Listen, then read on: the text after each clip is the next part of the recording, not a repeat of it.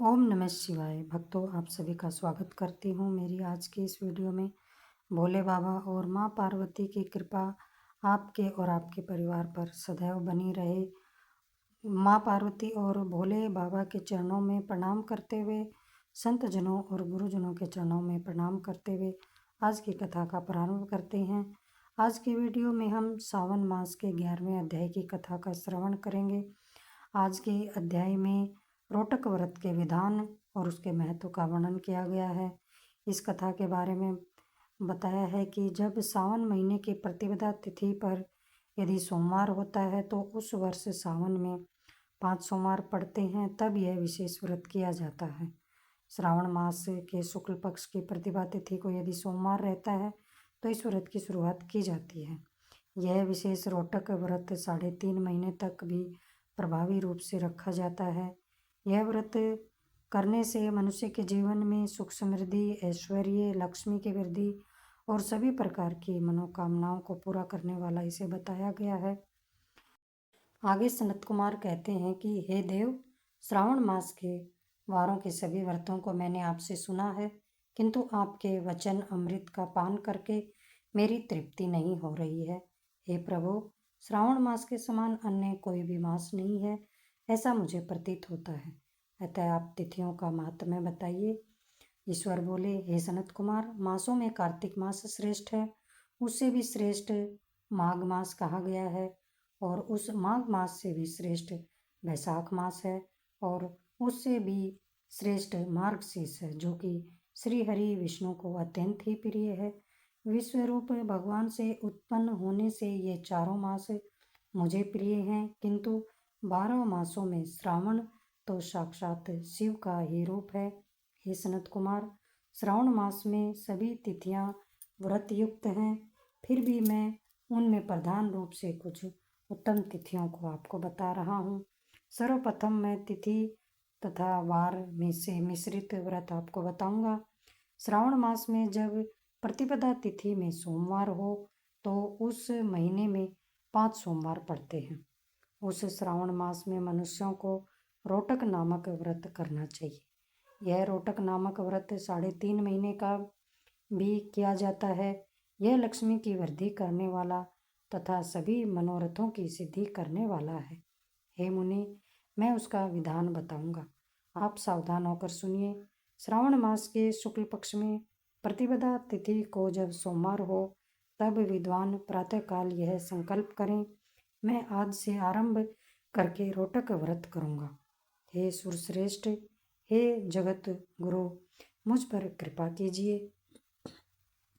उसके बाद अखंडित बिल पत्रों, तुलसी दलों, नीलोत्पल कमल पुष्पों, कहलार पुष्पों, चंपा तथा मालती के पुष्पों, गोविंद पुष्पों, आग के पुष्पों, उस ऋतु तथा काल में होने वाले नानाविध अन्य सुंदर पुष्पों, धूप दीप नैवेद्य तथा नाना प्रकार के फलों से शूलधारी महादेव की प्रतिदिन पूजा करनी चाहिए। विशेष रूप से रोटकों का प्रधान नैवेद्य अर्पित करना चाहिए।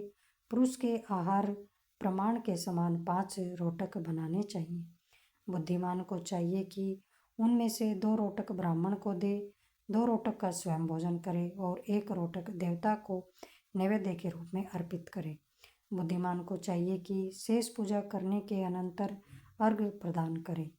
केला, नारियल, जंबीरी, नींबू, बीज पूरक खजूर, ककड़ी, दाख, नारंगी, बिजोरा, नींबू, अखरोट, अनार तथा अन्य और जो भी ऋतु में होने वाले फल हों, वे सर्व अर्घदान में प्रशस्त हैं।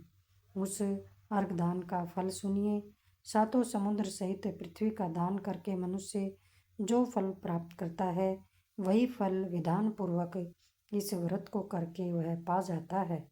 विपुल धन की इच्छा रखने वालों को यह व्रत 5 वर्ष तक रखना चाहिए। इसके बाद रोटक नामक व्रत का उद्यापन कर देना चाहिए।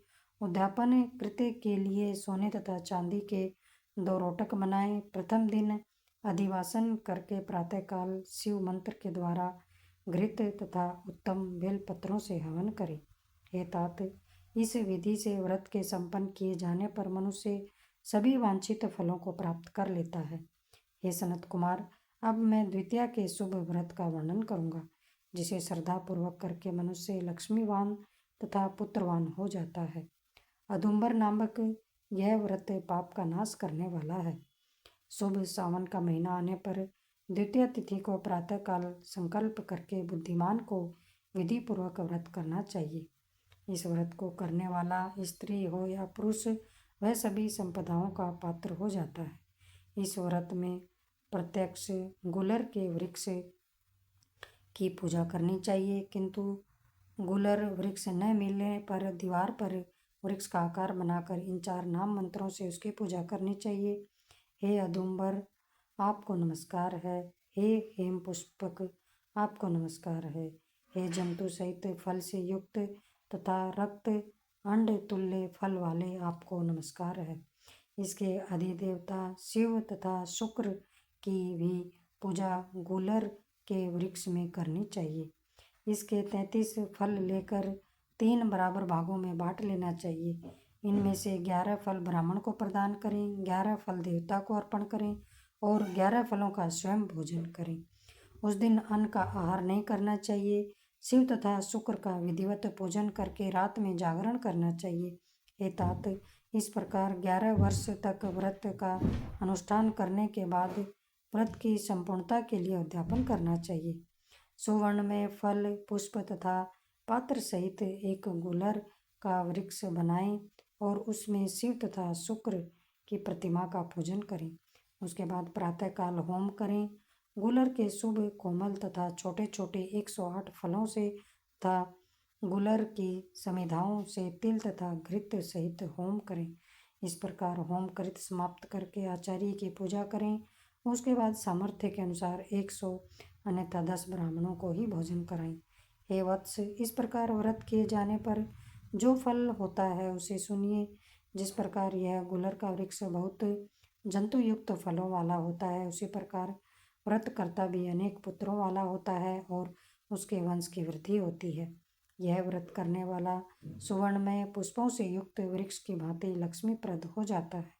हे सनत कुमार, आज तक मैंने किसी को भी यह व्रत नहीं बताया था। गोपनीय से गोपनीय इस व्रत को मैंने आपके समक्ष कहा है।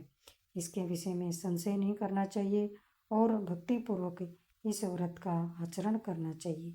इस प्रकार श्री स्कंद पुराण के अंतर्गत ईश्वर सनत कुमार संवाद में श्रावण मास के महात्म्य का यह 11वां अध्याय समाप्त होता है। हर हर महादेव।